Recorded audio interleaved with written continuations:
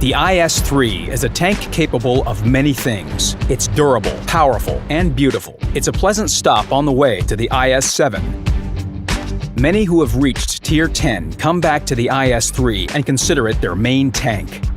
It can meet any challenge that World of Tanks gameplay can offer.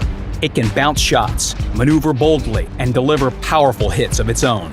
The IS-3 does it all. So if you play this tank, you'll never lose, right? No, it can't win by itself. To get the most out of the IS-3, you have to truly master it.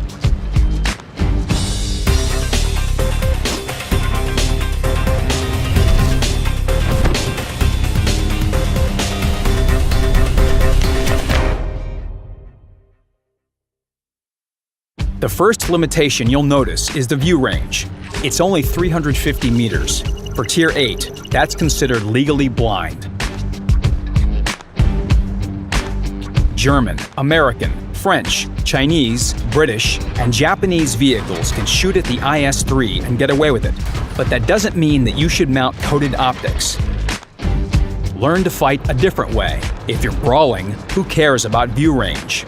And the IS-3 can close in on its target rapidly. It's got 14 horsepower per ton and a maximum speed of 38 kilometers per hour.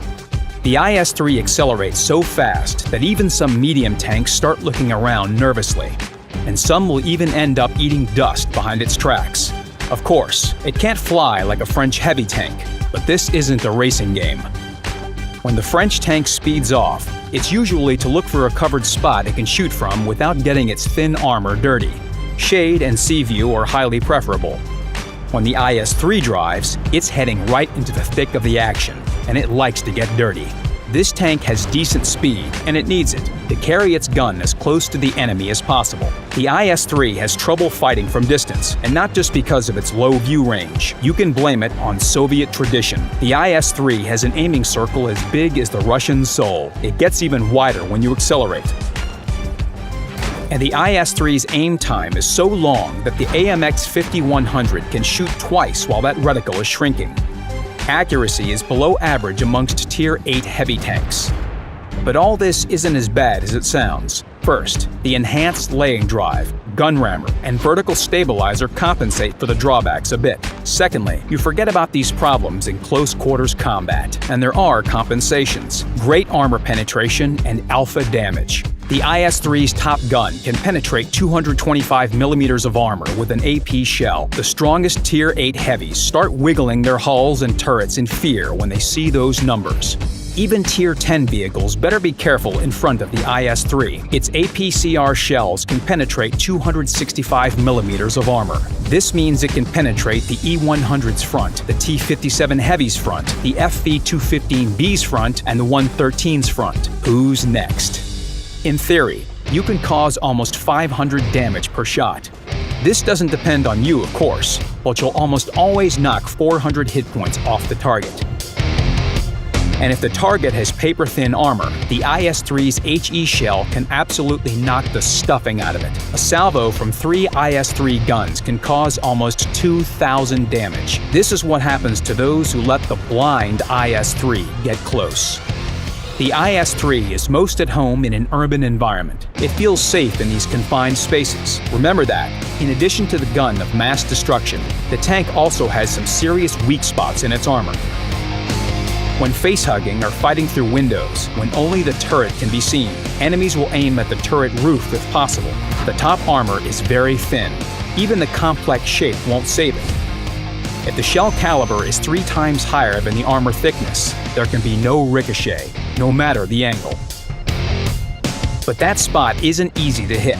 It's much more common to take a shell in the pike nose. The shape looks so intricate that you may think the armor is always sloped in any hull position. In reality, if you roll around a corner with your nose first, you are very vulnerable. There's the other way of soaking up damage in the IS-3, side scraping. The sides hide the titanium belts and the portable black hole generators. Enemy shells vanish. There are several strongest things in Tier 8, the layered front of the Super Pershing, the T-32's gun mantlet, and the IS-3's sides. And the ISU-152 is the destroyer of the strongest Tier 8 things. Let's see who wins. The American tanks hang in quite well. They are protected not only by their armor, but also by luck. Eventually, the shell will find a soft spot. The IS-3 hasn't been penetrated so far either. Let's speed up the process.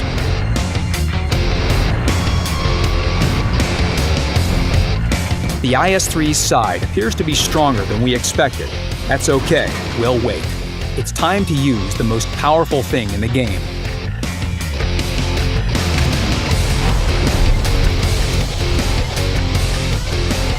And now the icing on the cake. Although the IS-3 can't be penetrated in that kind of hull position, it can't respond.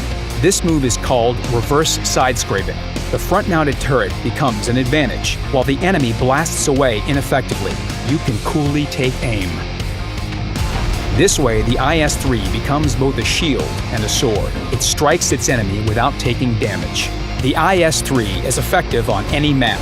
It has speed, armor, and high damage, and everything works together. Some call it the most versatile tank in the game, and that's why it's so popular in random battles, in esports, and on the global map.